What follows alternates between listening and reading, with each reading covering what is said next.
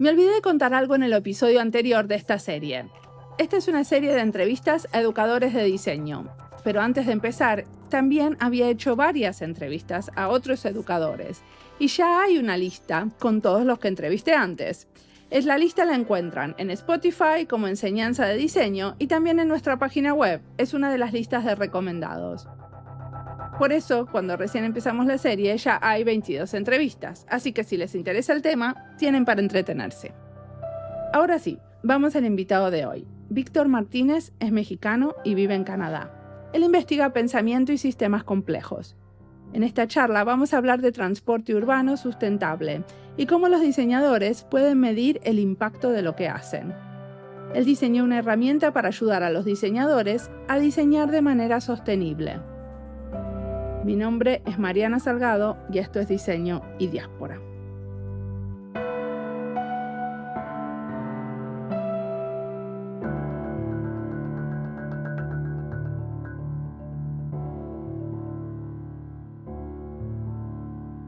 Mi nombre es Víctor Gerardo Martínez. Yo nací y crecí en la Ciudad de México. Desde que era muy pequeño me enteré que existía algo llamado diseño industrial y yo siempre he sido una persona muy creativa desde niño, desde muy pequeño me construía yo mis propios juguetes. Entonces, en cuanto supe que existía diseño industrial, dije, esto es lo mío. Tendría como 12, 13 años. Entonces, directo a la escuela, estudié el CIDI en la Universidad Nacional Autónoma de México. De ahí empecé, ya cuando era yo estudiante, empecé a conectarme con algunas personas que estaban trabajando con el desarrollo de vehículos eléctricos y organicé un grupo de colegas y empezamos ahí a trabajar en vehículos eléctricos. Son varios proyectos, es un poco largo, pero no sé si te interesa eso, pero estuvimos trabajando desde yo entré en la escuela de diseño en el 93 y empecé con proyectos de vehículos eléctricos en 94, casi de inmediato. Después tuve un par de internships, o no sé en español cómo le llamas. Pasantía. Exacto. Tuve un par de pasantías en Los Ángeles, en Estados Unidos. Un profesor que antes daba clases en la UNAM se fue para allá y bueno, pidió gente y nos recomendaron a nosotros, a mí y a los colegas que estábamos trabajando en vehículos eléctricos, porque las pasantías fueron otra vez relacionados a vehículos eléctricos. ¿Y los vehículos son autos o otro tipo de vehículos eléctricos? Son autos, autos, al principio fueron autos experimentales, básicamente para probar la tecnología y demostrar a la gente que los vehículos eléctricos realmente podían ser una opción de transporte. Eran cosas muy experimentales y construidas con 5 pesos y con las herramientas del taller en la escuela. Era muy básico, muy básico, pero fue muy divertido, aprendimos muchísimo. Las pasantías fueron con empresas en Los Ángeles, una que se llama Taylor Dunn, que produce vehículos eléctricos. Pidieron hacer un rediseño de una pick-up, una vehícula de carga. Y bueno, diseñamos un prototipo, lo construimos, lo presentamos, luego no llegó a producción, pero bueno, ya como dicen, lo bailado nadie nos lo quita. Fue un tiempo muy interesante. Y bueno, acabé graduándome en el 98, después seguí interesado en transporte, entonces decidí hacer una maestría en diseño de transporte en Italia. Logré una beca del gobierno mexicano a través del CONACYT y me fui a Italia en el año 2000 a la Escuela Politécnica di Design en Milán. Ahí estudié un año la maestría en diseño de transporte, hubo unas conexiones muy interesantes con la industria y al final acabé trabajando en un estudio de diseño en Milán por otros 3 años y me especialicé en diseño de interiores de vehículos. Trabajé con grupo Fiat, Alfa Romeo, Fiat, Lancia un poco también. Tuve oportunidad de trabajar un poco con Giorgetto Giugiaro, con Ital Design, me tocó ir a la Ital Design a trabajar ahí algunas veces. Y bueno, fue maravilloso encontrar lo máximo del diseño automotriz. Ahí trabajé para Volkswagen y para Audi, para un montón de otras compañías en proyectos cortos, ¿no? Pero siempre haciendo cosas eléctricas, de vehículos eléctricos o no. No. Cuando estaba ya en la industria, ya en Italia, era la clásica industria de vehículo normal, de combustión, vamos, ¿no? Era Sí. nada sustentable en lo absoluto. Y fue precisamente en esa época en la que empecé a leer, estoy hablando del 2000, entre el 2000 y 2004, empecé a leer algunas cosas de sustentabilidad que para mí hasta ese momento era algo que no era muy nombrado. se hablaba de contaminación del aire, pero no recuerdo yo en la escuela que me hubieran enseñado nunca sobre sustentabilidad.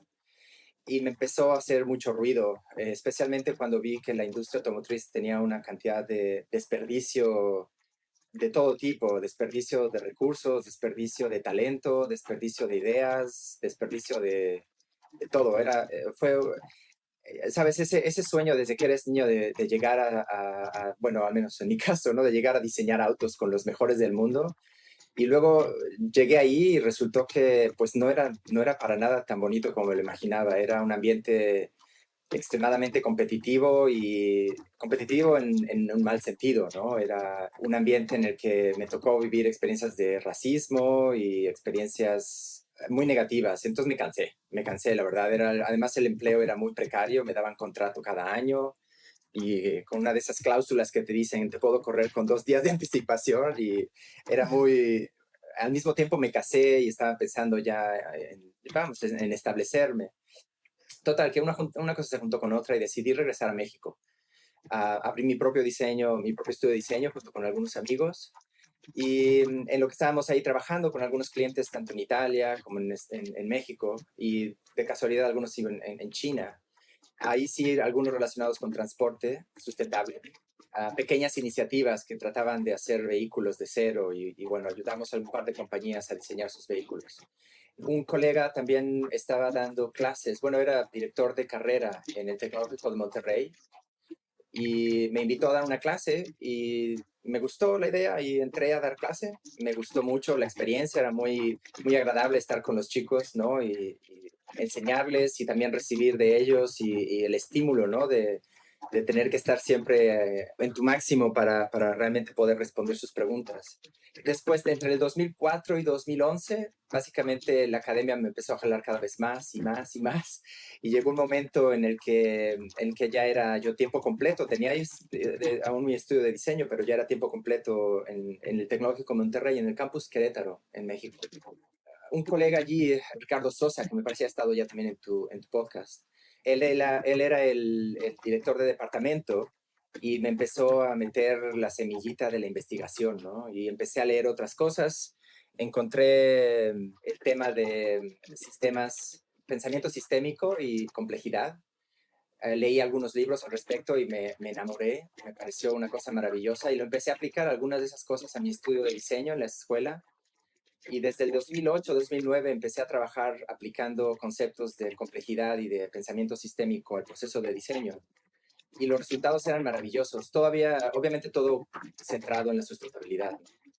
Y empezaron a surgir, sin pensarlo, sin desearlo, cuestiones de economía circular, cuestiones de diseño de servicios, y se dieron como resultado de seguir el proceso de diseño de sistemas, ¿no? De pensamiento sistémico. Fue maravilloso. Y llegué a un punto en el que dije, ok, esto está ya tomándose muy en serio, reconozco que me faltan habilidades para hacer investigación en serio y decidí hacer un doctorado. Me llevó un tiempo encontrar un programa y un lugar donde me aceptaran. Ya bueno, antes de entrar al doctorado estaba haciendo un poco de investigación en desarrollo de materiales biodegradables. Eso es algo que tengo que confesar, hago mucho de todo. Y creo que es resultado de esta cuestión del pensamiento sistémico, que veo conexiones en todas partes. Y para poder lograr a veces mis ideas, me doy cuenta que tengo que solucionar otros problemas antes, ¿no? Entonces, bueno, empecé con cuestiones de materiales sustentables. Junto con un par de alumnos de maestría, que empecé a dirigir maestría, hicimos un desarrollo de un material basado en hojas de maíz y celulosa. Logramos sacar una patente, hicimos un spin-off de una compañía, empezamos a vender productos basados en este material, todo muy bonito hasta que finalmente logré encontrar un doctorado. Dejé a mi estudiante de maestría, se convirtió en mi socio, ¿no? de esta empresa. Y bueno, yo me fui a hacer la maestría, el doctorado, encontré una oportunidad en la Universidad de Northumbria, en Newcastle upon Tyne, en Inglaterra. Ellos me pagaron todo, la beca y un salario mensual. Fue como ganarse la lotería, fue maravilloso.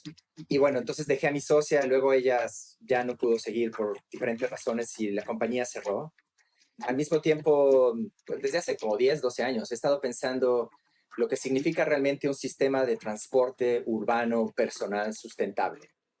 Y la idea ha evolucionado en estos últimos 10 años.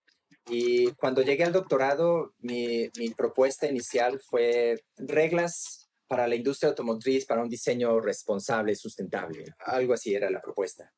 Y bueno, me aceptaron, como te mencioné, en el 2011 boté todo y me fui con esposa y niños de meses a Newcastle, al norte de Inglaterra. Y el primer año, pues fue, ya como ya sabes, ¿no? Es leer y leer y leer como jamás nunca antes lo había hecho en la vida. Y con siempre he tenido este gusanito en la cabeza del diseño basado en sistemas y en complejidad. Entonces leí un montón de cosas diferentes, ¿no? Porque entendiendo que cualquier cosa que hagamos los humanos va a tener un impacto en el ecosistema y que además dependemos de cualquier manera del ecosistema, empecé a leer biología y física y luego me metí también un poco a leer cuestiones de economía, finanzas, al mismo tiempo que estaba leyendo sobre diseño, toda la cuestión de teoría de diseño que yo ni tenía idea que existía. Y poco a poco fue mutando. El tema de mi doctorado acabó siendo cómo facilitar a los diseñadores. El tema de la tesis al final fue facilitar la sustentabilidad para diseñar productos. ¿Pero qué terminaste haciendo? ¿Como unas guías para diseñadores para que puedan diseñar de una manera sostenible? Exacto, sí. Uno de los principales puntos que encontré en toda esta cuestión de la lectura es que todas las herramientas de apoyo a los diseñadores para diseñar de una manera sustentable aplican al final del proceso de diseño.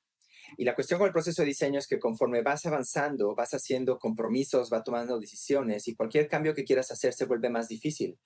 Entonces, las herramientas que tienen los diseñadores para apoyarse a incorporar conceptos de sustentabilidad, cuando las puedes usar ya es muy tarde. Entonces puedes hacer muy, muy pequeños cambios y puedes hacer solamente cambios incrementales, ¿no? Un 5% mejor o un 2% mejor aquí o allá, en cuestión de materiales o en cuestión de eficiencias de diferentes tipos. Y eso para nada nos va a llevar a donde debemos de estar, ¿no? Entonces, básicamente mi tema de doctorado al final fue desarrollé una herramienta para que los diseñadores pudieran utilizar en las etapas más tempranas de diseño, cuando estamos conceptualizando, y que pudieran los diseñadores hacer productos más sustentables. ¿Y cómo es esta herramienta? Esta herramienta está basada en varios conceptos un poco aparentemente desconectados. De nuevo, vuelvo a las conexiones que yo veo en todas partes. Una de ellas es algo que se llama modelación suave. Cuando en la ciencia tú estás tratando de identificar cuál va a ser un fenómeno o llegar a, no es correcta la palabra, pero predecir un fenómeno, existen las modelaciones, ¿no? Los modelos que tú creas en base a los datos de experiencias previas. Y normalmente las modelaciones se le llaman duras en el sentido que tienes un resultado cuantitativo. Tú metes números y obtienes números, ¿no? Es algo duro, por eso se llama así duro, ¿no? Es 2 más 2, 4, ya está. Entonces, con la modelación suave de lo que se trata es que no pretendes tener una respuesta definitiva y certera al final, sino una aproximación en base a una serie de datos que son más dispersos, menos confiables, pero que te pueden dar indicaciones de cuáles son los posibles caminos más adecuados a seguir. ¿Y me darías un ejemplo de algo que modelaste de esta manera, suavemente? Pues la idea surgió también de estas herramientas que te digo que encontré que estaban destinadas más bien hacia el final del sistema, del proceso de diseño. Y la más conocida que todo el mundo conocerá es el análisis de ciclo de vida, que son softwares como CIMAPROF, se llama uno de ellos. Hay varios así y son súper complejos. Tienes que meterles un montón de datos en cuestiones de energía, en cuestión de materiales, en cuestión de impacto. Y se lleva muchísimo tiempo, necesitas un montón de expertise, un montón de experiencia y un montón de datos. Lleva mucho dinero, cuesta mucho dinero y realmente muy pocas empresas lo hacen. Entonces, lo que yo propuse fue, encontré también en la literatura un montón de investigadores que habían encontrado datos como, por ejemplo, el impacto en CO2 que tiene la producción de 1 kilogramo de metal, no de acero o de aluminio, y aluminio virgen y aluminio reciclado. Encontré otros investigadores que habían calculado el impacto en cuestión de uso de agua, de nuevo, en diferentes extracciones de materiales. Y entonces, básicamente, lo que se modela en mi herramienta, que es una herramienta que es un software que está en línea, es una página web que está en línea y es gratis, todo el mundo puede abrir una cuenta y hacer sus modelaciones suaves. ¿Cómo se llama? ¿Cómo la encuentro? Se llama Trophic, es Trophez, Trophic, la F es PH, trophic.com. Ok. Entonces, las modelaciones que hemos hecho ahí, el software básicamente te lleva igual por un ciclo de vida, te pide que selecciones el material que quieres, con el que quieres trabajar y te pide que digas una cantidad de ese material y seleccionas también el lugar de origen, porque también me metí a investigar bases de datos de la ONU y de un montón de ONGs que te dan datos como biodiversidad, niveles de biodiversidad. Inclusive me metí a la CIA, sabes, los espías gringos, ¿no? Tienen una base de datos alucinante en el que dan una serie de como calificaciones en diferentes factores. Uno de ellos es esclavitud y trabajo infantil. Categorizan a los países por la posibilidad que tengan de trabajo infantil, por ejemplo. Entonces, todos esos datos están abiertos, son gratuitos. Y entonces bajé también eso y la idea es que al final vas escogiendo tu material y vas escogiendo después los procesos de producción. En cuestión de procesos productivos, también me basé en un esquema muy básico en el que tienes diferentes tipos de procesos productivos y qué requerimientos energéticos tiene, y también el lugar donde vas a producir, porque también me metí a buscar bases de datos en la Agencia Internacional de Energía, y dependiendo dónde estás, en qué país estás, la energía eléctrica, obviamente la electricidad, puede tener diferentes impactos. Hay países como China que producen la gran mayoría de su electricidad usando carbón, y hay otros que utilizan principalmente hidroeléctrico, o el caso de Islandia, que es extraordinario, que usa geotérmico, ¿no? 99% es geotérmico. Islandia es un país estupendo en cuestiones de energía limpia. Entonces, todos esos datos están dentro de esta herramienta. Entonces, para hacerte el cuento corto, seleccionas materiales, seleccionas procesos de manufactura, seleccionas tipos de transporte, seleccionas también cuestiones de uso, porque el uso también es importante en el factor de sustentabilidad. Pero son todos datos muy, muy básicos. La interfaz es una sola pantalla con gráficos muy amables, porque esa es otra de las cosas que estuve leyendo en la psicología del diseño, ¿no? El tipo de procesos mentales y cómo funciona nuestro cerebro cuando estamos en estas etapas tempranas de diseño. Es todo muy abstracto, y mientras más abstracto lo mantengas es mejor. Entonces, si le das a un diseñador una tabla de Excel con cientos de miles de números, cuando está tratando de generar conceptos, es completamente el lenguaje equivocado, ¿no? Entonces, yo utilizo sistemas de colores y iconos muy básicos. Son relativamente pocas las variables que tienes que seleccionar. Y al final, en la página esta, desarrollé una serie de algoritmos en los que hace todos sus cálculos con estas bases de datos y te despliega al final un resultado en el que te dice por producto, porque también tienes que especificar cuántos quieres producir, eso también hace una diferencia, y por el total de la producción, ¿no? Te da cosas como cuánto CO2 produces, cuánta energía requieres, qué cantidad de agua requieres, y luego te da también una serie de gráficas, en infográficas, ¿no? En infographics, cuestiones de biodiversidad, del impacto de la biodiversidad, porque mi hipótesis era, si los diseñadores de una manera muy rápida, una vez que aprendes a usar el software, te tardas 2 minutos en hacer un ciclo. Eso también lo medí y lo investigué, ¿no? En los otros softwares te tardas días en hacer, si no es que más. Con el mío te tardas 2, 3 minutos una vez que lo sabes usar. Y la curva de aprendizaje es muy, muy rápida. Entonces, mi hipótesis básicamente era, si expongo a los diseñadores a esta herramienta, los resultados de sus procesos de diseño en etapas tempranas serían más sustentables. Y entonces, obviamente, puse un montón de criterios para definir qué es un producto sustentable al final de una etapa temprana de diseño, y también diseñé una serie de pruebas en los que puse a diseñadores a trabajar y les pedía yo que usaran el software. Y bueno, tuve un montón de descubrimientos interesantes, pero Y ahora lo están usando. no he tenido mucha difusión con el software pero tengo como 700, 800 usuarios. Bueno, eso es un montón, ¿no? Podrían ser más, creo yo. Bueno, ahora después de ponerlo en diseño y diáspora vas a tener 4000.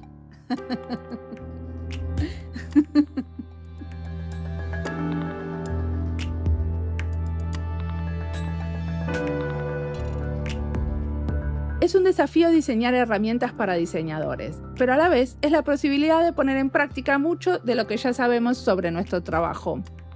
Por eso cuando Víctor se pone a diseñar esta herramienta, sabe que tiene que ser sencilla y fácil de usar. Como todo, siempre empezamos por ahí, queriendo hacer cosas sencillas y fáciles de usar. Herramientas para diseñadores hay de muchos tipos. Están las que son digitales como estas, y también hay varias de lo más analógicas, como los lápices o las plantillas. Esas plantillas que usamos para organizar un taller de diseño, por ejemplo. Pero siempre lo importante es compartirlas, compartir ese material que desarrollamos y compartirlo con licencias abiertas para que otros las puedan reusar. Muchas empresas tienen conjuntos de herramientas para diseñadores que las publican con licencias abiertas. Es una manera de darse a conocer. Y cuando uno, por ejemplo, como yo, trabaja para el Estado, también es fundamental compartir. Pero compartir herramientas no es fácil porque hay que considerarlas listas o en un momento de maduración suficiente para querer mostrarlas. Y no siempre es así. También es necesario contar el contexto de uso. Y toda esa documentación hay que saberla hacer y tener el tiempo para hacerla. Pero bueno, haciéndola uno aprende. Sigamos escuchando a Víctor.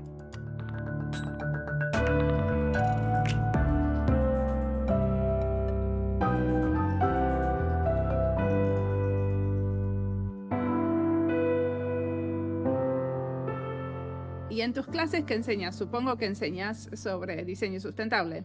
Bueno, sí, no. Yo lo que enseño ahora, después del doctorado, pues tuve que buscar trabajo y decidí, por razones que si quieres luego podemos hablar, pero decidí no regresar a México y salió una oportunidad en Vancouver. Ahora me encuentro en Vancouver, en Canadá, en la escuela, se llama Wilson School of Design, en la Universidad Kwantlen Polytechnic.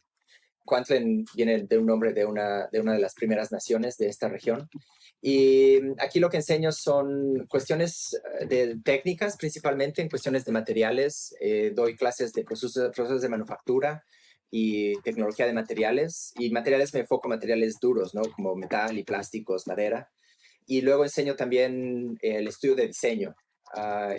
Enseño en segundo año y cuarto año en estudio de diseño. Y en segundo año enseño pensamiento sistémico en el proceso de diseño. ¿Me contás un poco qué es esto del pensamiento sistémico? Porque como antes no hubo nadie que hablara de eso, quería expandir sobre eso un poco, ¿puede ser? Sí, claro. El asunto con sistemas es que cuando tienes un grupo que interactúa y es interdependiente, el ejemplo que le pongo siempre a mis alumnos cuando estoy explicando esto es, imagínate que tienes un grupo de rocas enfrente de ti. Las rocas no se hablan, no intercambian, no dependen unas de otras. Si yo tomo una roca y me la llevo, las otras rocas no van a notarlo, no van a saber ni siquiera que existía, obviamente. No hay ninguna diferencia.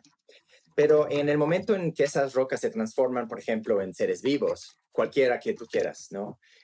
O inclusive en instituciones o grupos de personas, hay interacciones, empiezas a intercambiar un montón de cosas. Pueden ser cuestiones materiales, pueden ser cuestiones monetarias, puede ser simplemente información. Y existe esta interconexión. Y esa interconexión luego crea interdependencia, ¿no? Hay veces que dependes de ese flujo de información o ese flujo de material y si te lo cortan, tú puedes entrar en un serio peligro. Entonces, la cuestión interesante con sistemas es que hasta ahora, o la mayoría de las veces, la ciencia lo que hace es que tiene el sistema reduccionista, ¿no? Que básicamente significa que tú quieres entender un fenómeno, lo aíslas en un laboratorio todo limpio y perfectamente controlado todos los parámetros, haces las pruebas y llegas a tu conclusión y la cosa es maravillosa, pero luego sacas ese mismo fenómeno al mundo real y ese mismo fenómeno interactúa con 200, 300 o 1000 otras interacciones y los resultados no tienen nada que ver en la realidad. Entonces, el asunto es que modelar esa clase de cosas y entender cómo funcionan es extremadamente complejo. No se ha hecho, o se ha hecho poco, ahora con el poder computacional que empezamos a tener, empiezan a existir ya cosas más interesantes en este aspecto, pero mi interés fue, ok, ¿cómo puedo incorporar conceptos de la relación entre estas entidades dependientes en el proceso de diseño? Y entonces empezamos, por ejemplo, uno de los ejemplos que más me gusta dar cuando estaba enseñando todavía en México, les dije a mis alumnos, ok, el tema para este semestre va a ser el agua. En Querétaro es una zona semidesértica, entonces el agua es un tema muy importante. Entonces vamos a hacer soluciones para el consumo de agua. Y los diseñadores estamos entrenados a pensar en soluciones, ¿no? Entonces, inmediatamente mis alumnos se pusieron a pensar en diseñar llaves de aguas más eficientes y en regaderas más eficientes, y los detuve y les dije, no, no, no, espérate. No empieces a pensar en soluciones, empieza a pensar cuál es el problema, el verdadero problema. Eso no nos enseñan a los diseñadores, no nos enseñan a cuestionar si el problema que tenemos que solucionar es verdaderamente el problema que hay que solucionar. Luego somos muy buenos para solucionar el problema, solucionamos muy, muy bien el problema erróneo.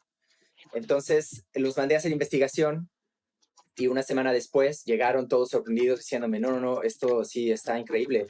Resulta que en esa región, en esa específica región, el 85% del agua se utiliza en agricultura alrededor de la ciudad. El 15% se utiliza en la industria, el 80% en agricultura, 15% en industria y 5% en las casas. Entonces yo les dije, mira, ¿ves? Si hubieras logrado hacer una regadera, imagínate, algo que es realmente imposible o muy difícil, una regadera 50% más eficiente, hubieras tenido un impacto de alrededor 1% en el total, ¿no? Es realmente bajo. Entonces, mejor enfoca tus esfuerzos donde el problema existe. Entonces, los mandé otra vez a hacer investigación para entender la agricultura en esa región. Entonces, bueno, para hacerte el cuento corto, resulta que esa región es famosa por la producción de leche. Y resulta que hace 200 años o más, no lo sé, algún colonizador trajo vacas y decidió que como sabía el de vacas, puso su granja de vacas y empezó a tener mucho éxito. Y desde hace cientos de años, ¿no? Esa idea de paradigmas, las vacas se alimentan con alfalfa. Entonces han estado alimentando vacas con alfalfa desde hace 300 años en esa región y no se han puesto a pensar si es lo correcto. Y la alfalfa requiere un montón de agua para crecer. Entonces, de nuevo, para hacerte el cuento corto, lo que acabaron diseñando mis alumnos fue una dieta para las vacas. Entonces, de haber empezado con el problema del agua, acabaron diseñando una dieta para las vacas. Y obviamente es mucho más complejo que eso, ¿no? Porque en este tipo de trabajos, los diseñadores funcionan como sintetizadores de información, ¿no? Nosotros no somos expertos en nada. Somos expertos en, o más bien, perdón, no somos expertos en todo. Somos expertos en obtener la información, procesar la información y dar una solución una vez que tenemos identificado el problema. Entonces, para solucionar este problema tuvieron obviamente que consultar con un montón de expertos. Hablaron con veterinarios, hablaron con expertos en leche y con los de la gente de la industria.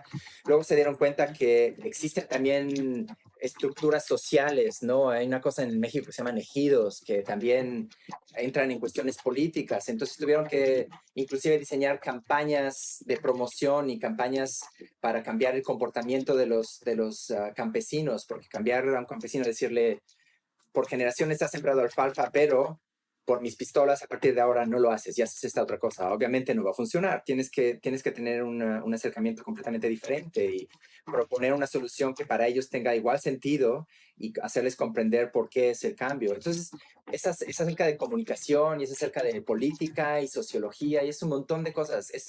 A mí me fascina esto porque ves la manera de solucionar problemas de una manera verdaderamente eficiente. Luego, cuando ves al mundo y escuchas a los políticos hablar, dices, oh Dios, ya sé cómo va a fallar esto, porque no están tomando en consideración aquí, aquí y acá, y esta persona, y este otro sistema, y esta otra entidad que tiene que ver.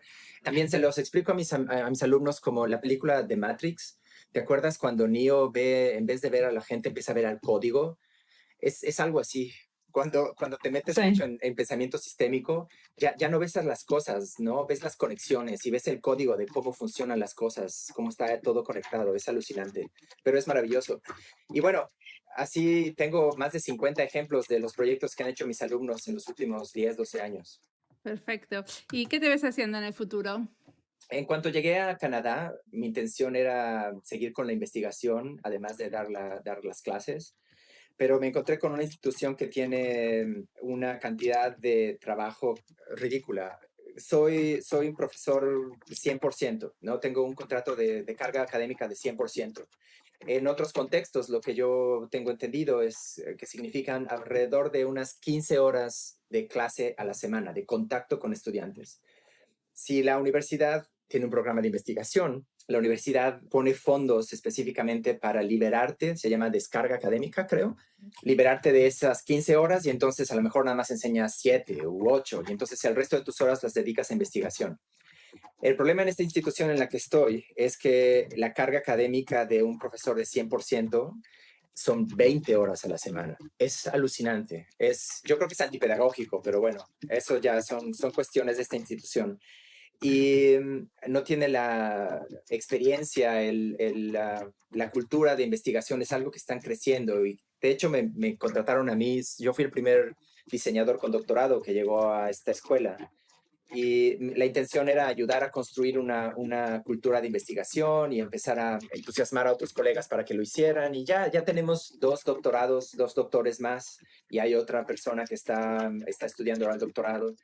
Pero aún así la institución no tiene los apoyos. Entonces, en realidad ha sido bastante difícil estos últimos 5 años porque no he podido hacer realmente gran cosa de investigación. Lo he tenido que hacer a las horas extras. Entonces, llego a casa y me pongo a trabajar, ya sabes, en la noche hasta las 11 12 y bueno, así es muy difícil, ¿no? Los apoyos son complejos de encontrar. Eso, además de otro montón de cosas del sistema canadiense que, bueno, a lo mejor no encuentras muy interesante. Pero lo que estoy buscando yo ahora es encontrar un equilibrio. Yo quiero regresar a como estaba en México, que era mi estado más feliz, donde daba clases, hacía investigación y tenía mi consultoría de diseño. Esa triade, ¿no? Es para mí en la personal lo mejor, porque la investigación me da oportunidad de imaginar escenarios, imaginar cosas alucinantes y me puedo poner a trabajar y a crear estas cosas que en un ambiente profesional productivo con la industria no podría hacer. Pero al mismo tiempo necesito tener un pie en industria para tener ese día a día y la relación con la realidad, ¿no? Que después me retroalimenta para poder enseñar a mis alumnos cosas actuales, cosas relevantes, ¿no? Especialmente en un estudio de diseño. Para mí, si no tengo este pie en la realidad, digamos, en la industria, me siento hipócrita al meterme en un estudio de diseño para decirles, ahora te voy a enseñar yo cómo diseñar, aunque yo no diseño. Entonces, me estoy organizando con un par de colegas para abrir nuestro propio estudio de diseño. Espero que en cuestión de unos meses ya lo tengamos oficial. En cuestiones de investigación, sigo con mi proyecto de movilidad urbana. Ahora el proyecto ha evolucionado, he agregado obviamente cuestiones de impresión 3D, ¿no? Manufactura aditiva, se dirá en español. Estoy también incorporando cuestiones de autonomía de vehículos y un montón de otras cosas. Tengo una página web que si quieres luego te puedo pasar para que vean un poco cómo estoy planteando este proyecto. En pocas palabras, lo que quiero hacer no es diseñar autos necesariamente, sino diseñar una plataforma en la que diferentes expertos y en diferentes áreas, todas relacionadas con el transporte urbano, puedan colaborar para crear soluciones eficientes en los diferentes contextos. Porque, de nuevo, ¿no? La industria ahorita lo que nos da es un vehículo diseñado en Detroit o en Milán o en Berlín, bueno, no Berlín, en Wolfsburg, y ese es el mismo vehículo que utiliza todo el mundo, en todo el mundo, literal, todas las personas en todo el mundo. Y para mí eso está matando la diversidad y está generando una serie de problemas también en cuestiones de sustentabilidad, porque de nuevo ya no lo hemos hablado, no sé si sea relevante, pero la sustentabilidad no es solamente la parte ecológica, ¿no? También es una parte económica y una parte social. Y si estamos convirtiendo a todas las sociedades en la misma tipo de cultura, ¿no? Todos seguimos lo que Hollywood dice y todos manejamos el mismo coche que está diseñado en, yo qué sé, Detroit, y todos vestimos la misma ropa de Gap y todos hacemos siempre todo lo mismo, estamos matando la diversidad cultural y eso es muy peligroso. Perfecto. Y decime, ¿qué cosas estás viendo o escuchando que te están inspirando en este momento que le quieras recomendar a alguien? Tengo la mala costumbre de estar leyendo 7, 8 libros al mismo tiempo y avanzo extremadamente lento, pero un tema que ha surgido en los últimos años, sobre todo desde que llegué aquí a Canadá y que he estado enfocándome mucho, es la cuestión de la descolonización. y cómo eso afecta. Yo lo veo desde un punto de vista, de nuevo, para mí todo gira alrededor de la sustentabilidad y con esta ya manía que tengo de ver las conexiones a través del pensamiento sistémico, la descolonización la veo como algo que me está iluminando impresionantemente para entender precisamente cómo podríamos entonces hacer todos estos diseños, todas estas intervenciones verdaderamente sustentables, entendiendo de nuevo la sustentabilidad como algo más allá de solamente la ecología, ¿no? Yo creciendo en México, obviamente un país que fue colonia por 300 años, todavía tenemos en Latinoamérica un montón de problemas, un montón de traumas y un montón de situaciones. Y luego viviendo en Europa y en países como Canadá y como Inglaterra, también lo mencioné antes, ¿no? Yo he tenido experiencias de racismo directo contra mí, entonces me ha abierto muchísimo la mente en qué es lo que es necesario en cuestión de información y de comprensión para el proceso de diseño. Eso, y he estado leyendo también libros acerca del feminismo. Estoy leyendo ahora un libro que se llama Mujeres Invisibles, de una autora inglesa, pero que me parece que tiene origen o de ascendencia latinoamericana. Se llama Carolina Criado Pérez. Es la autora de este libro. En inglés se llama Invisible Women.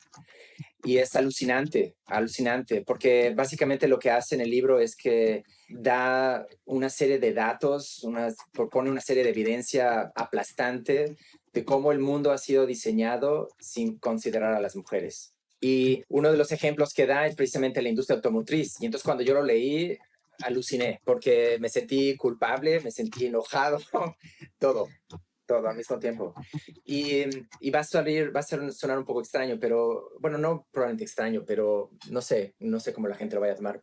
Me empecé a interesar en cuestiones feministas y leí en particular un libro que se llama, bueno, en inglés es Women Ways of Knowing, es las maneras de aprender o de conocer de las mujeres. Y también es un libro súper interesante, son varias autoras y es un estudio científico, es como una tesis de doctorado casi el libro.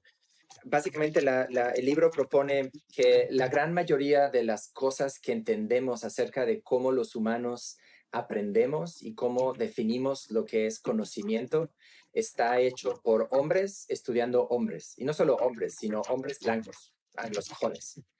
Y da alguna serie de ejemplos y da alguna serie de nombres que son famosos en cuestiones de psicología. Y entonces lo que este grupo de mujeres propuso es hacer una serie de estudios similares a los que se han hecho antes, pero tomando en consideración exclusivamente mujeres y de diferentes grupos, porque lo clásico que sucede en universidades es cuando un profesor tiene o quiere, no sé, hacer un experimento, es agarra a sus alumnos de maestría, ¿no? O a sus alumnos de la licenciatura. Y entonces estás hablando que estás definiendo teorías basado en un porcentaje de la población que no solamente es pequeño, pero que además es extremadamente un grupo privilegiado. Entonces lo que ellas hicieron es que pidieron ayuda a alrededor de 400 mujeres de diferentes procedencias étnicas, de diferente nivel de estudio, de diferente área de trabajo, y hicieron una serie de encuestas y de cuestionarios, de preguntas y de sesiones de trabajo con ellas, y encontraron que, para obviamente no sorpresa, las mujeres son diferentes a los hombres y aportan cosas en la manera en la que enfrentan la realidad y enfrentan los problemas que son muy distintos a los hombres. Y de nuevo, mi mente de pensador sistémico inmediatamente empezó a ver las conexiones y dije, Dios, lo que necesitamos son más mujeres en posiciones de poder, ¿no? Me queda claro, absolutamente claro. Los hombres tenemos que empezar a bajarnos del pedestal y empezar a dar un poco más de oportunidades. Buenísimo. Muchísimas gracias por esta entrevista.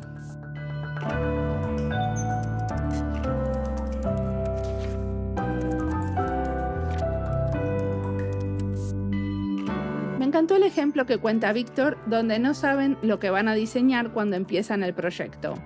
Eso tendría que ser siempre así. Empezaron investigando sobre el agua y terminaron diseñando una dieta para las vacas. Y cuando uno lo escucha, parece obvio, pero la realidad es que la mayoría de las veces no es así.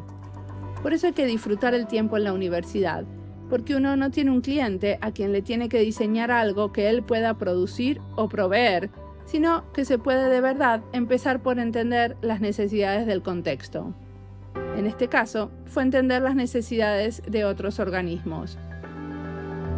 Creo que a veces estamos tan desilusionados cuando en la industria no se pone interés en lo que necesitan las personas, que muchos de nosotros seguimos abogando por un diseño centrado en la gente. Pero desde algunos lugares se van entendiendo que en la realidad no es una cuestión de centrarse en la gente, sino en entender el contexto, incluyendo otros seres vivos. Yo lo veo como pasos consecutivos. En algunas organizaciones, proponer diseñar pensando en otros seres vivos sería desubicado. Por eso vamos por pasos. Hay que entender el nivel de maduración de la organización para saber qué proponer y que sea posible. Pero desde la universidad, los alumnos pueden tener esa libertad y esa libertad los puede hacer más críticos con los que se diseña y a la vez tener más en cuenta el medio ambiente. Como siempre, la música del podcast es de Antonio Zimmerman, la producción del podcast es de Andy Fechi, el diseño de sonido es de Julián Pereira. Este podcast está publicado con licencias de Creative Commons con Attributions. Esto fue Diseño y Diáspora. Pueden seguirnos en nuestras redes sociales, en Instagram y Twitter, o visitar nuestra página web diseñoydiaspora.org. No olviden recomendarnos. Nos escuchamos en la próxima.